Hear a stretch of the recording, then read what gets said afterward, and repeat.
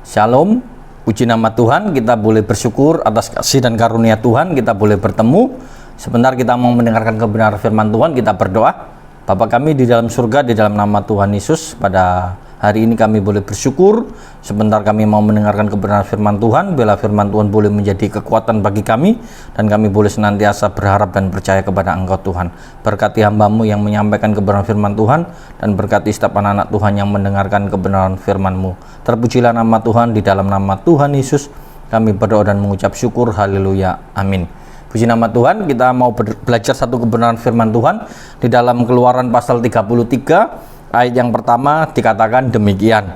Berfirmanlah Tuhan kepada Musa, pergilah berjalan dari sini, engkau dan bangsa ini yang telah kau pimpin keluar dari tanah Mesir ke negeri yang kujanjikan dengan sumpah kepada Abraham, Ishak dan Yakub, demikian kepada keturunan mula akan kuberikan negeri itu. Aku akan mengutus seorang malaikat berjalan di depanmu dan akan menghalau orang Kanaan, orang Amori, orang Het, orang Feris dan orang Hewi dan orang Yebus. Di sini kita boleh belajar satu kebenaran firman Tuhan bahwa Musa minta penyertaan di gurun. Nah, kita tahu bahwa setiap kita pasti memiliki rasa ketakutan, rasa khawatir, rasa gelisah, ragu-ragu, tidak percaya, bahkan hal-hal yang menakutkan itu selalu ada di depan kita. Rasa ketakutan, khawatir, ragu-ragu itu adalah sikap manusiawi di mana kita menghadapi hal-hal tertentu. Kadang-kadang kita juga mengalami rasa ketakutan. Kadang-kadang kita mengalami rasa hidup kita merasa ditekan, hidup kita merasa berat.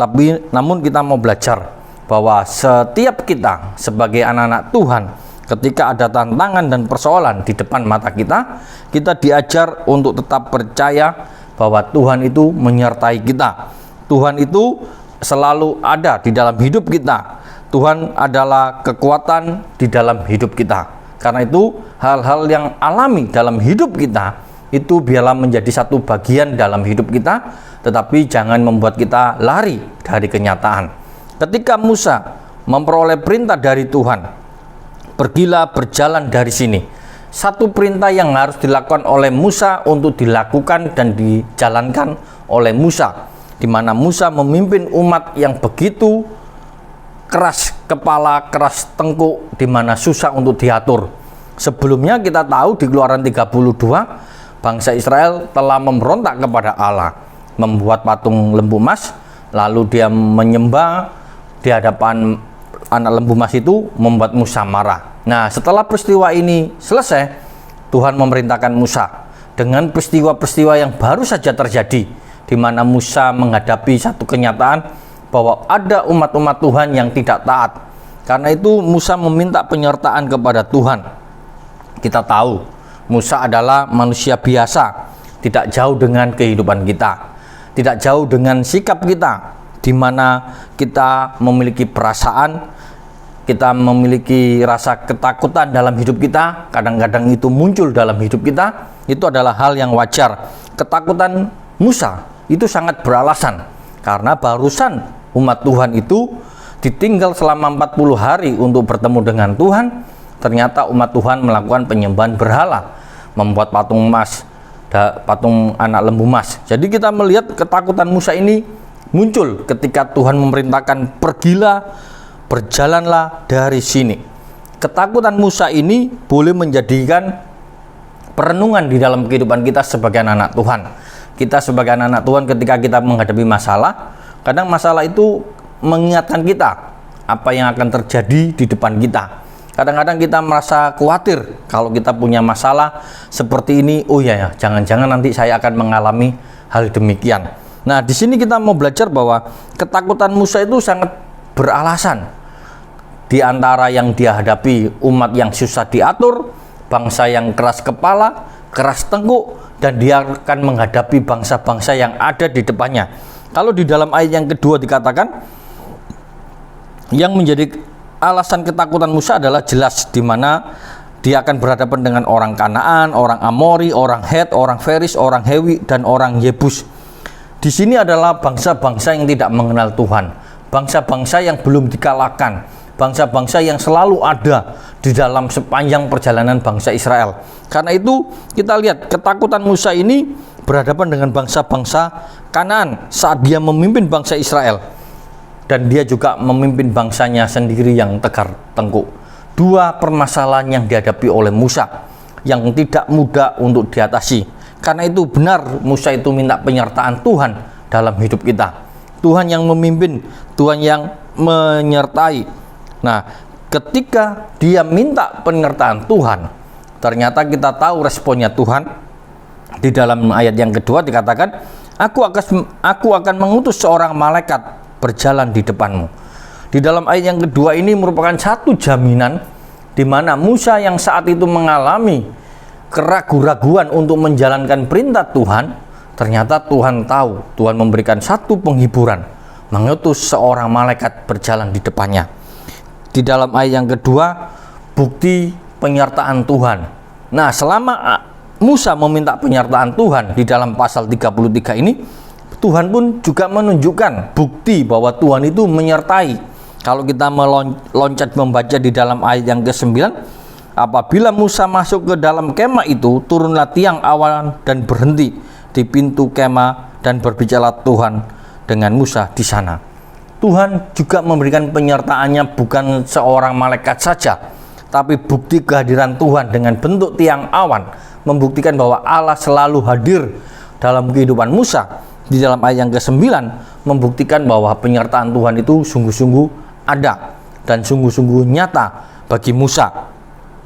Lalu di dalam ayat yang ke-11 kita melihat bahwa dan Tuhan berbicara kepada Musa dengan berhadapan muka seperti seorang berbicara kepada temannya. Jadi kita bisa melihat bukti Tuhan menyertai, di mana ada tiang awan, Tuhan berbicara, itu menunjukkan bahwa Tuhan tidak lepas tangan di dalam kehidupan Musa. Perintah pergilah dan berjalanlah, itu membuktikan bahwa Tuhan sungguh-sungguh menyertai. Tuhan tidak melepaskan Musa sendirian, tetapi bukti Allah selalu hadir, terlibat langsung di dalam kehidupan Musa. Tuhan yang berbicara, Tuhan yang membimbing. Di dalam ayat yang ke-14 dikatakan demikian. Lalu ia berfirman, Aku sendiri hendak membimbing engkau dan memberikan ketentraman kepadamu. Tuhan memberikan jawaban di atas keraguan-raguan Musa. Tuhan yang memberikan ketentraman, Tuhan yang memberikan bimbingan, itu yang menghibur hati Musa. Nah, dan di sini kita bisa melihat di dalam ayat yang ke-17 dikatakan demikian, berfirmanlah Tuhan kepada Musa, juga hal yang telah kukatakan ini akan kulakukan karena engkau mendapat kasih karunia di hadapanku dan aku mengenal engkau. Jadi kita bisa melihat bahwa Allah yang disembah oleh Musa adalah Allah yang mengenal secara pribadi dalam kehidupan Musa. Jadi kita bisa melihat bahwa sungguh luar biasa penyertaan Tuhan, di mana Tuhan memberikan penyertaan yang luar biasa. Bentuk-bentuk penyertaan Tuhan membuat Musa untuk berani melangkah. Di dalam pasal 34 sampai pasal yang terakhir, kita bisa melihat pasal yang ke-40, kita lihat satu perjalanan Musa harus menghadapi orang-orang yang ada di depannya. Musa harus berhadapan dengan orang-orang yang dipimpinnya. Namun Musa tidak takut lagi. Musa tidak gentar karena Musa sudah memperoleh jaminan dari Allah. Jaminan Allah yang sungguh luar biasa inilah yang membuat kita sungguh-sungguh untuk lebih percaya lagi kepada Tuhan. Yang dikasihi oleh Tuhan Yesus, kita boleh bersyukur bahwa kita boleh belajar untuk selalu percaya akan jaminan Allah dalam hidup kita, di mana rasa khawatir kita, rasa gelisah kita, ragu-ragu, semua persoalan dan tantangan bisa diselesaikan dengan jaminan penyertaan Allah. Allah yang selalu hadir dalam hidup kita, Allah yang tidak pernah tinggal diam, Allah yang tidak pernah habis akal, yang tidak pernah habis untuk menolong kita, sehingga kita untuk lebih percaya kepada Tuhan. Bentuk Allah mengutus malaikat tiang awan, Tuhan berbicara, Tuhan membimbing, Tuhan mengenal. Itu adalah sebagian kecil bentuk-bentuk Allah mengasihi kita, bentuk-bentuk Allah memperhatikan hidup kita. Kalau saat ini kita mengalami tantangan yang cukup berat, persoalan hidup kita yang berat dalam keluarga kita, persoalan keluarga kita antara kita sebagai orang tua dengan anak, orang tua dengan cucu, atau anak kita dengan pekerjaannya, semua banyak masalah, namun bisa diselesaikan. Karena itu kita sebagai anak-anak Tuhan, kita mau hidup berjalan bersama dengan Tuhan. Kita mau tetap melangkah bersama dengan Tuhan, seperti Musa menerima perintah, pergilah dan berjalanlah. Setiap tantangan yang ada di depan kita, mau kita selesaikan bersama dengan Tuhan. Setiap ada tantangan yang ada yang menghalangi kita mau kita selesaikan bersama dengan Tuhan.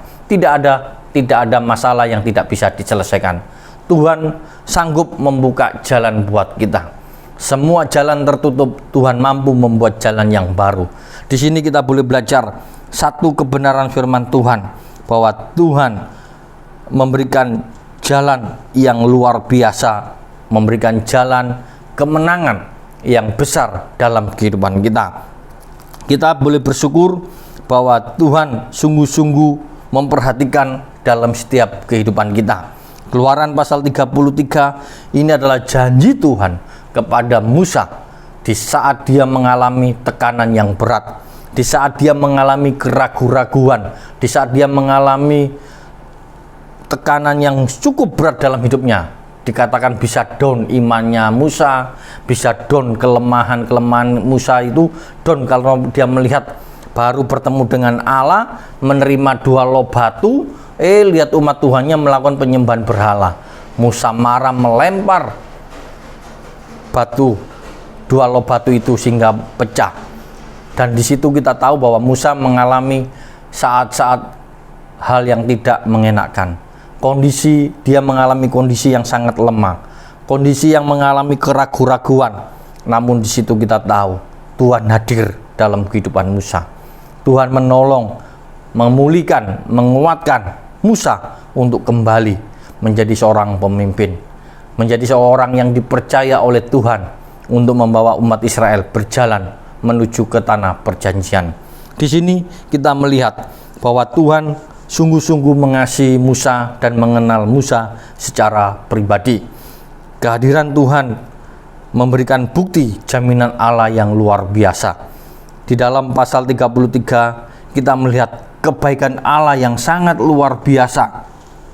Dari hal janji Tuhan sampai bukti Allah bertindak dinyatakan di dalam Keluaran pasal 33. Kita sebagai anak-anak Tuhan, pada saat ini kita mau belajar untuk mau hidup bersama dengan Tuhan. Kita harus memiliki respon yang benar. Bukan kita asal hidup berjalan bersama dengan Tuhan dengan asal-asalan, tetapi kita harus memiliki respon yang benar. Respon yang benar itu seperti apa? Kita mau taat kepada perintah Tuhan. Perintah yang Tuhan sampaikan kepada kita untuk melakukan, pergi dan berjalan, harus kita lakukan. Berjalanlah, pergilah merupakan satu kalimat perintah yang dari Tuhan disampaikan kepada Musa, dan Musa pun merespon dengan percaya. Dia taat kepada perintah Tuhan. Karena itu Tuhan pun memberikan satu jaminan saat Musa merespon dengan benar. Saat Musa taat terhadap perintah Tuhan, dia sungguh-sungguh melakukan tanpa menyimpang ke kanan atau ke kiri, tetapi bukti ketulusan dia berjalan di dalam perintah Tuhan.